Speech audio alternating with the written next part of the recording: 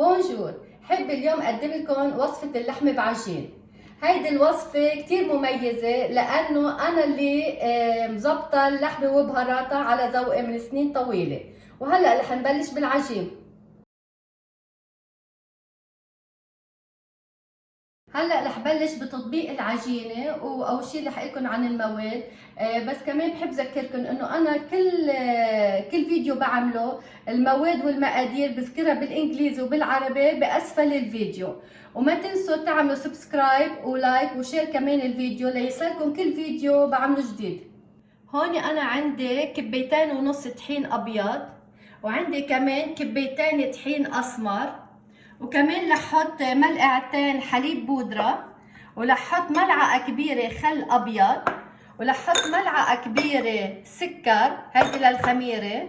وهون بالصحن عندي ربع كبايه طحين الذره لتعطي طراوه للعجينه. هون عندي بذر الكتان فلاكسيد كمان بيعطي لما الواحد بياكل العجين كمان بحس انه مش ثقيله على المعده، بتعطي طراوه بالمعده. وهيدي ملعقه الخميره مشان العجينه. وعندي هون نص عندي ملعقه صغيره ملح، وعندي ملعقه صغيره بيكنج باودر لحتى تختمر العجينه باسرع لان بدي اعمل اللحمه بعجين.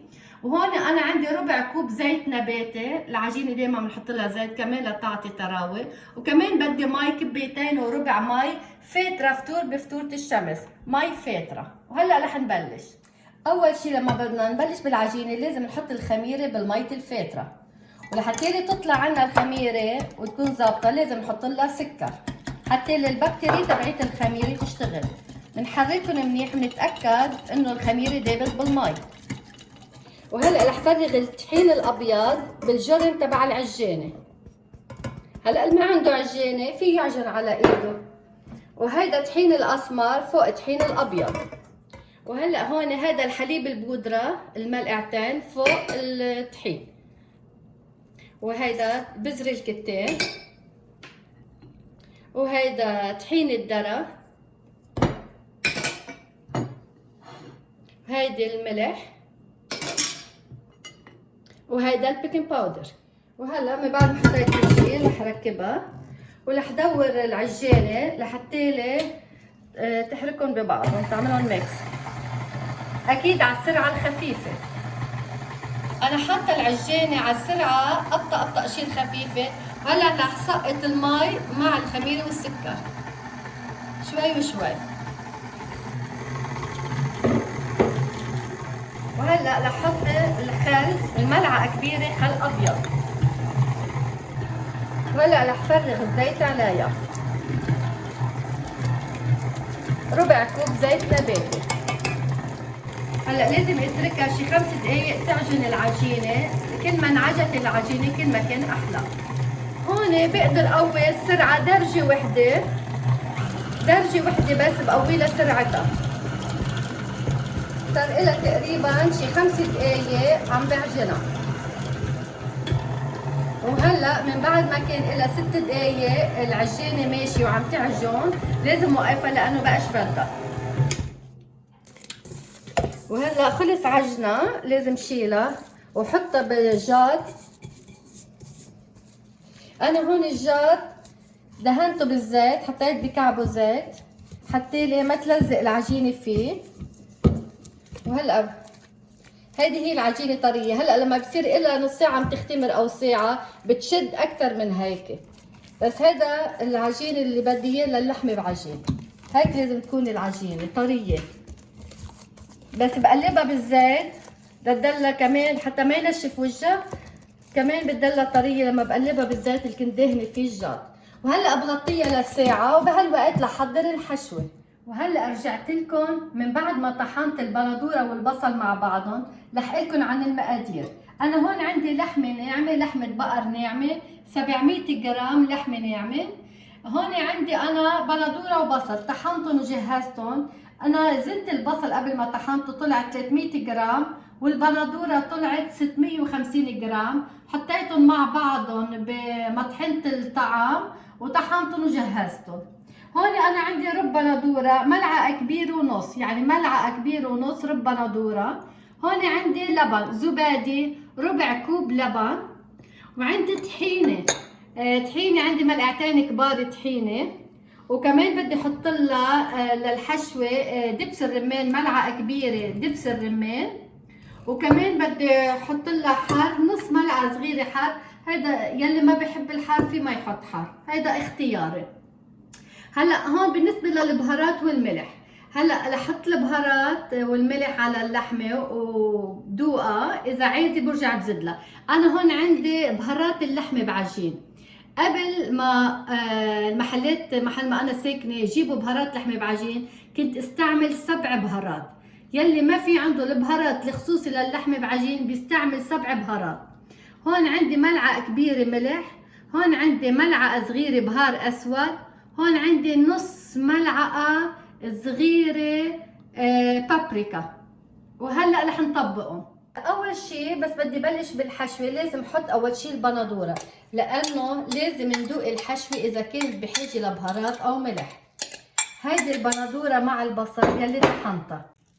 هلا انا هون رح احط البندوره فوق البندوره والبصل تعطيها نكهه طيبه. وهلا رح فرغ اللبن فوق منه.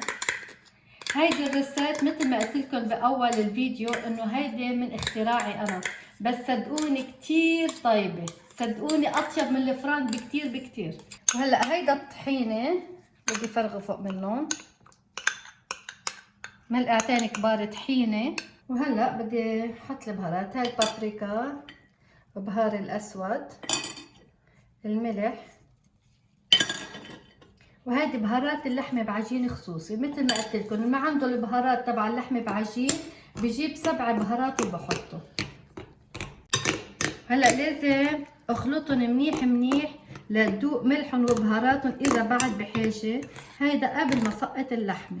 وهلا لازم احط الحار لحتى لي ذوق ملحها، لانه الحار كمان بيعطيها مثل شاطه. هلا الحار اختياري، اللي ما بده حار ما يحط. وهلا بدي احط دبس الرمان، هيدي ملعقه كبيره دبس الرمان. الدبس الرمان مع اللحمه بعجين كتير طيب. وهلا بنخلطهم منيح. من بعد ما حطينا كل المكونات لازم ذوقهم قبل ما ننزل اللحمه. هلا من بعد ما انا دقتها، حركتها منيح ودقتها، حسيت انه طعمة الحار فيها عاطيه، يعني طيبه لذيذه. اللي بحب الحار حيحب المقادير اللي حطيتها. هلا بدي سقط اللحمه. مثل ما قلت لكم اللحمه طلعت 700 جرام عندي، وبدي اخلطهم منيح منيح.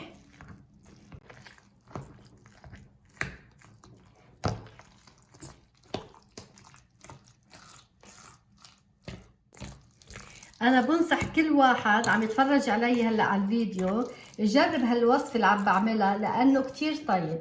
وانا اكيد بعد ما يجربوها ما هلا حيروحوا يشتروا لحمه بعجين خالص، رح يعملوها ببيتهم. كمان ما تنسوا انه تشتركوا معي بالقناه حتى يوصلكم كل فيديو جديد عم بنزله على اليوتيوب. وهلا الحشوه صارت عندي جاهزه لبلش طبقها على العجين. وهلا من بعد ما كان لها العجينه ساعه وربع على القد مغطيتها وعجنتها وحضرنا الحشوه، لازم هلا نبلش نعمل العجين. وهلا بدي اقطع العجين اول شيء.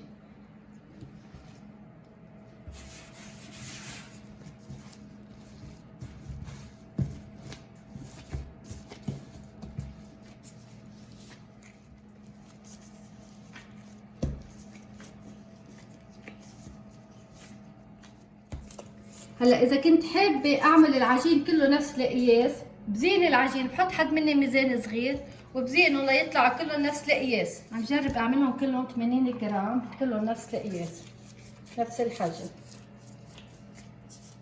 هلا انا عجنت العجينه 4 كبايات ونص طحين، قرصت لي 15 وحديه عجين، وكل وحديه لما زنتها طلعت لي 80 جرام. وهلا رح بلش فيهم.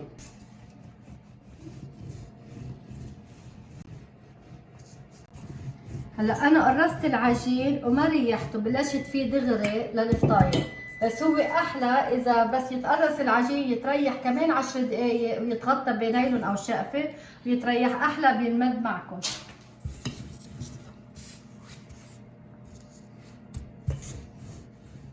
وهلا عم بحط اللحمه على العجين ورح دخلها الفرن على حراره 415 فahrenheit. هلا بظبط صينيتين وبدخلهم الفرن، وحده بحطها على الرف الوسط وحده بحطها على الرف القريب للنار تحت، وبصير بدلهم بس يظهر كعب العجين بشقلها لفوق. هلا حمل الفرن وجهزت الصواني، لازم بلش ادخلهم الفرن. هلا بجيب تاني صينيه بحطها على الرف الفوق منه، وهلا بس يحمر كعب هالصينيه بشقلها لهون لينشف شوي وجهها، وهيدي بنزلها لهون، وهيك بخبز كل العجنه. وهلا ما بقى يحملوا بالفرن، صار لازم شيله. رح فرجيكم كعب العجينه بعد ما ضهرتها من فوق. هيدي سماكه الفطيره، هالقد سمكتها.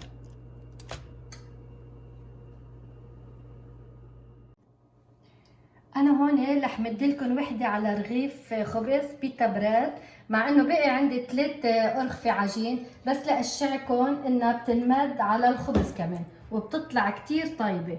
يلي طالع عباله لحمه بعجين وما له جلاده يعجن، ما عنده وقت للعجن، بمدها على رغيف. بس اكيد الرغيف من بعد ما يمد عليه بده يحطها على الصينيه، مش دغري بفوتوها على الفرن على شبك الفرن لانها بتحترق.